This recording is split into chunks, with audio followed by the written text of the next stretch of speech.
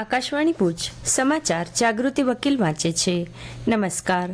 કેન્દ્રીય ગૃહમંત્રી અમિત શાહ આજથી 3 દિવસ રાજ્યના પ્રવાસે છે. સત્તાવાર યાદી મુજબ આજે શ્રી શાહ અમદાવાદમાં મહાનગરપાલિકા, અમદાવાદ શહેરી વિકાસ સત્તામંડળ ઓરડા તથા માર્ગ અને મકાન વિભાગના અંદાજે 405 કરોડ રૂપિયાના વિકાસ કાર્યોનું લોકાર્પણ અને ખાતમુહૂર્ત કરશે. આજે સોલાના સાયન્સ સિટીમાં સાયન્સ ડોમ ખાતે સામૂહિક વૃક્ષારોપણ અભિયાનના શુભારંભ સાથે તેઓ જાહેર સભા પણ સંબોધશે. ઉપરાંત શ્રી શાહ પ્રહલાદનગર વિસ્તારમાં અખિલ ભારતીય વિદ્યાર્થી પરિષદના અમીરગઢના કાર્યકર્તા રમણ પટેલના 75મા જન્મદિવસ સમારોહમાં ઉપસ્થિત રહેશે. તેઓ અમદાવાદમાં અંદાજે 60 કરોડ રૂપિયાથી વધુના ખર્ચે નવનિર્મિત સરકારી આવાસોનું લોકાર્પણ કરશે. ગુજરાત રાજ્યમાં ફરી એક વખત ચાંદીપુરા વાયરસને લઈને ચિંતાજનક સ્થિતિ સર્જાઈ છે. હિંમતનગર સહિતના આસપાસના વિસ્તારોમાં 5 બાળકોના વાયરસને કારણે મોત નીપજતા આરોગ્ય વિભાગ એક્શન મોડમાં છે. આ પરિસ્થિતિને પગલે કચ્છ જિલ્લામાં પણ સઘન તપાસ શરૂ કરી દેવામાં આવી છે. જિલ્લા રોગચાળા નિયંત્રણ અધિકારી કેશવકુમારે માહિતી આપતા જણાવ્યું હતું કે વર્ષ 2024માં જિલ્લાના જે તે વિસ્તારોમાં કેસ અને શંકાસ્પદ કેસ નોંધાયા હતા તે તમામ લોકેશન પર આરોગ્ય વિભાગ દ્વારા હાલ સઘન સર્વેલન્સ ચાલી રહ્યું છે. જિલ્લામાં એક પણ કેસ હજુ સુધી નોંધાયો નથી. ગ્રામ્ય અને શહેરી વિસ્તારોમાં કાર્યરત આરોગ્ય વિભાગના કર્મચારીઓને સ્પષ્ટ આદેશ આપવામાં આવ્યા છે કે સર્વેલન્સ દરમિયાન જો કોઈ પણ બાળકમાં ચાંદીપુરા વાયરસના પ્રાથમિક લક્ષણો પણ દેખાય તો વિલંબ કર્યા વિના તાત્કાલિક 108 એમ્બ્યુલન્સની મદદથી નજીકની હોસ્પિટલમાં સારવાર અર્થે ખસેડવા.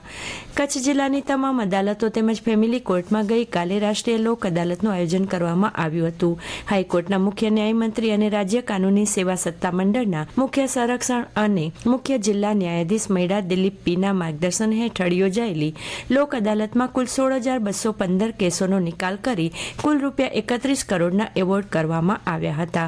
કાર્યક્રમ દરમિયાન જિલ્લા કાનૂની સેવા સત્તામંડળના સચિવ અને સિનિયર સિવિલ જજ BM પ્રજાપતિએ લોક અદાલતને સફળ બનાવવા માટે સહયોગ આપનાર ન્યાયાલયના કર્મચારીઓ તેમજ સ્ટેક હોલ્ડર્સ તેમજ વકીલોનો આભાર વ્યક્ત કર્યો હતો. છેલ્લા 2 દિવસથી કચ્છમાં 40થી 50 કિલોમીટર પ્રતિ કલાકની ઝડપે પવન ફૂંકાતા ધૂળિયું વાતાવરણ સર્જાયું હતું. આ પવનને કારણે ગરમીમાંથી આંશિક રાહત જરૂર મળી છે અને તાપમાનનો પારો નીચો આવ્યો છે, પરંતુ કૃષિ ક્ષેત્ર અને જનજીવનને વ્યાપક નુકસાની થવાની ભીતિ સેવાઈ રહી છે. કચ્છના પિયત વિસ્તારોમાં અત્યાર સુધીમાં ખેડૂતો દ્વારા અંદાજિત 80,000 હેક્ટર જેટલા વિસ્તારમાં વાવેતર કરવામાં આવ્યું છે. ડંખીલા અને તીવ્ર પવનને કારણે જમીનમાંથી બહાર આવેલા કુમળા છોડ તૂટી રહ્યા છે. હવામાન વિભાગ દ્વારા 1 સપ્તાહ સુધી વરસાદની કોઈ આગાહી ન કરાતા ખેડૂતો વાવેતર નિષ્ફળ જવાની ચિંતામાં છે. ભુજ શહેર સહિત અન્ય તાલુકા મથકો અને ગ્રામ્ય વિસ્તારોમાં ભારે પવનને લીધે અનેક જગ્યાએ વૃક્ષોની ડાળી તૂટી છે, તો માટી પવનમાં ઉડવાને કારણે વાહન ચાલકો માટે ભારે મુશ્કેલી સર્જાઈ રહી છે. ક્રિકેટ. ઇંગ્લેન્ડમાં ભારતને 5મી અને અંતિમ T20 મેચમાં 56 રને હરાવી શ્રેણીની 4 મેચ જીતી સંપૂર્ણ વિજય મેળવ્યો છે. સાઉથહેમ્પ્ટન ખાતેની મેચમાં ઇંગ્લેન્ડના 3 વિકેટે 257 રન સામે ભારતીય ટીમે 8 વિકેટ 201 રન કર્યા હતા. ઈશાન કિશનના 56 અને તિલક વર્માના 53 રન મુખ્ય રહ્યા. એ અગાઉ ઇંગ્લેન્ડની ટીમે 3 વિકેટ ગુમાવી 257 રન કર્યા હતા.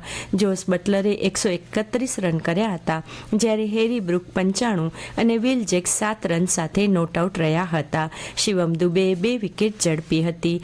આ જીત સાથે ઇંગ્લેન્ડ ભારતીય ટીમને પાછળ છોડીને T20 ઇન્ટરનેશનલ રેન્કિંગમાં નંબર 1 ટીમ બની ગઈ છે.